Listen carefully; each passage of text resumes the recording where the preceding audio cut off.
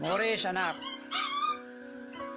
Una, ang aking pagbati sa iyo at sana nasa mabuti kang kalagayan at maging malayo ka sa karamdaman at kapahamakan.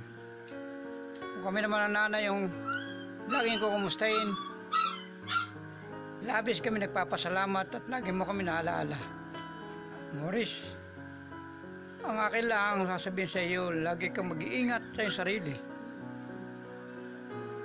At lagi mong pakatandaan, huwag kang makakalimot tumawag sa Panginoon Diyos. At kami huwag mo masyadong alalahanin, anak. Ikaw ang labis namin naalala ng nanay. Maraming salamat nga pala sa mga suporta at pag-alala mo sa amin ng nanay. Marahil, naroon na ang kaligayahan namin ng nanay na kami naalala mo. At ako'y natutuwa at kami lagi nasa iyong isipan at alaala. Lagi mong titibayan ang loob mo dahil ikaw ay malayo sa amin. Ako ay napaluha nang marinig ko ang mga sinabi mo tungkol sa amin ng nanay. Kami talaga lubha pala kami napakahalaga sa iyong damdamin at kaluban. Anak, mahal na mahal ka namin. Salamat, anak. Narito kami ng nanay at buong puso kami nagpapasalamat sa iyong pag-alala sa amin. Yan, hindi ko malilimutan. Kami pala ay mahal na mahal mo sa iyong kaluban.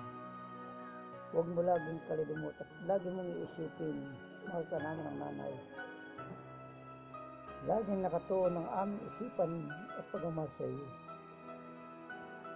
Ngayon lang kami nakaranas na maging malayo ng lubusan ang aking mahal sa buhay na katulad mo. Huwag kang makakalimot dumalangin sa Lord.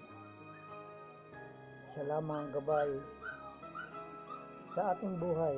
Salamat sa Diyos. At ako pinagkaluban ng anak na binigyan niya ng swerte at pagpapala. Maraming salamat, anak. At sana ay pagpalain itong mabuti ng Diyos. Ang iyong tatay na nagmamahal. Hindi ka malilimutan. Hanggang dito na lang. Ang iyong tatay at nanay.